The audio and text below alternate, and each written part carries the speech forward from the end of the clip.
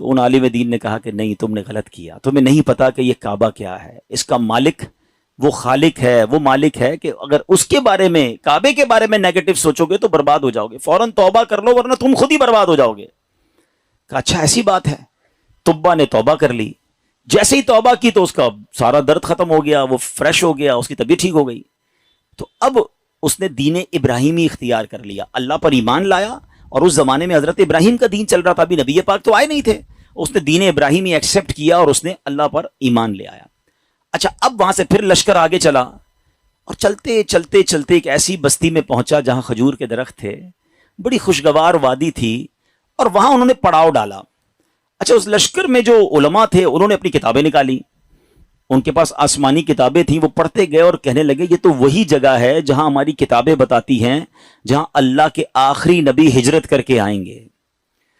یعنی اس کا مطلب وہ ڈھونڈتے ڈھونڈتے آج کے مدینے میں پہنچ گئے تھے، جس کو آج ہم مدینہ کہتے ہیں نا، یہ وہاں پہنچ گئے تھے۔ تو 400 علماء نے کہا کہ بھئی ہم تو یہ جگہ چھوڑ کے نہیں جائیں گے، پتہ نہیں کب نبی پاک آ جائیں، اب ہم نے یہیں ٹھہرنا ہے، اگر طبا رہنے دے گا تو ٹھیک ہے، بے شک ہماری بوٹی بوٹی کر دے، ہم نے یہ شہر چھوڑ کے نہیں جانا۔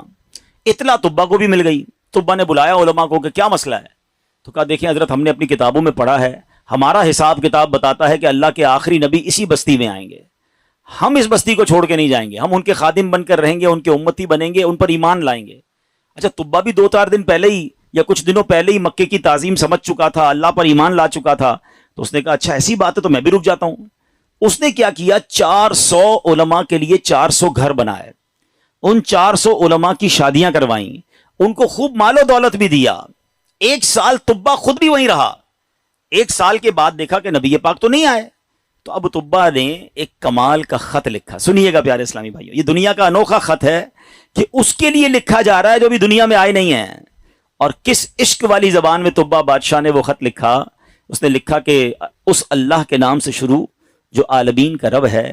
میں جناب رسول اللہ صلی اللہ علیہ وسلم کی بارگاہ میں طبا اول حمیری سلام پیش کرتا ہوں، اور میں آقا علیہ الصلوۃ والسلام کی بارگاہ میں عرض کرتا ہوں کہ حضور اگر میں نے آپ کا زمانہ پا لیا تو میں آپ کی خدمت کروں گا، آپ پر ایمان لاؤں گا، آپ کی سنت پر عمل کروں گا، جو آپ کتاب لے کر آئیں گے میں اس پر بھی عمل کروں گا، اور حضور اگر میں پھر بھی آپ کا زمانہ نہ پا سکوں تو مجھے اپنی غلامی میں قبول فرمائیے، اور قیامت کے دن میری شفاعت فرمائیے گا، مجھے بھول نہ جائیے گا۔ بڑا کمال کا عشق والا اس نے خط لکھا، اس خط کو اس نے سیل کیا گولڈن اسٹیمپ لگا کے۔